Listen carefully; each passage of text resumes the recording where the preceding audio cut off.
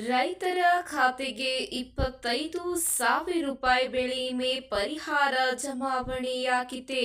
ಹೌದು ಸ್ನೇಹಿತರೆ, ಯಾವ ಜಿಲ್ಲೆಗೆ ಫಸಲ್ ಭೀಮಾ ಯೋಜನೆಯ ಅಡಿಯಲ್ಲಿ ಪರಿಹಾರ ಜಮಾವಣೆಯಾಗಿದೆ, ಎಷ್ಟು ರೈತರಿಗೆ ಪರಿಹಾರ ಜಮಾವಣೆಯಾಗಿದೆ ಎಂಬ ಸಂಪೂರ್ಣವಾದ ಮಾಹಿತಿ ನೋಡೋಣ ಬನ್ನಿ.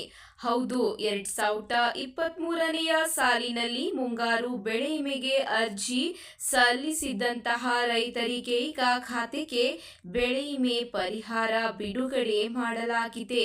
ಹವಾಮಾನ ಆಧಾರಿತ ಬೆಳೆ ವಿಮೆ ಯೋಜನೆಯ ಅಡಿಯಲ್ಲಿ 2023 ಮತ್ತು 24ನೇ ಸಾಲಿನ ಮುಂಗಾರು ಹಂಗಾಮಿನಲ್ಲಿ ಬೆಳೆಗಳಿಗೆ ವಿಮೆ ಪಡೆದಿದ್ದಂತಹ ಕಾರವಾರ ಜಿಲ್ಲೆಯ 27,637 ರೈತರಿಗೆ ಒಟ್ಟು 44.34 ಕೋಟಿ ಬೆಳೆ ವಿಮೆ ಪರಿಹಾರ ಮಂಜೂರು ಆಗಿದೆ ಎಂದು ಜಿಲ್ಲಾಧಿಕಾರಿ ಗಂಗೂಬಾಯಿ ಅವರು ತಿಳಿಸಿದ್ದಾರೆ.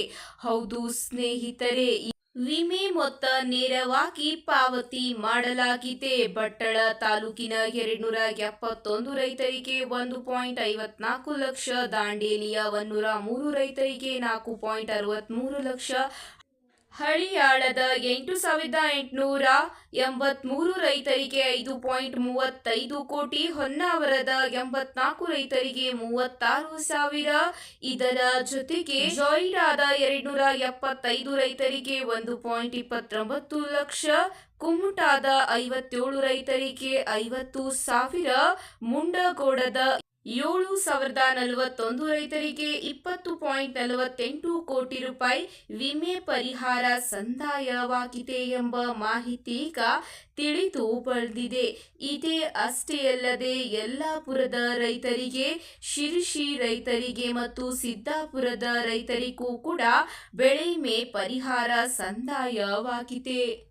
ಹೌದು, ಕೆಲವು ರೈತರಿಗೆ ಹೆಚ್ಚಿನ ಪರಿಹಾರ ಸಿಕ್ಕರೆ ಕೆಲವು ರೈತರಿಗೆ ಕಡಿಮೆ ಪರಿಹಾರ ಸಿಕ್ಕಿದೆ.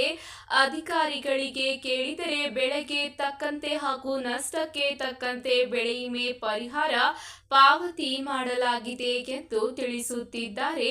ಹಾಗೂ ಬಾಕಿ ಉಳಿದ ರೈತರಿಗೂ ಕೂಡ ಶೀಘ್ರವೇ ವಿಮೆ ಪರಿಹಾರ ಸಿಗಲಿದೆ. ಮತ್ತೆ ಸಿಗೋಣ ಹೊಸ ಜಿಲ್ಲೆಯ ಮಾಹಿತಿಯ ಜೊತೆಗೆ. ಈ ಒಂದು ಜಿಲ್ಲೆಯ ಮಾಹಿತಿ ಇಷ್ಟವಾದರೆ ಲೈಕ್ ಮತ್ತು ಶೇರ್ ಮಾಡಿಕೊಳ್ಳಿ. ಮತ್ತೆ ಸಿಗೋಣ ಹೊಸ ಜಿಲ್ಲೆಯ ಸಂಪೂರ್ಣವಾದ ಮಾಹಿತಿಯ ಜೊತೆಗೆ. ಧನ್ಯವಾದಗಳು.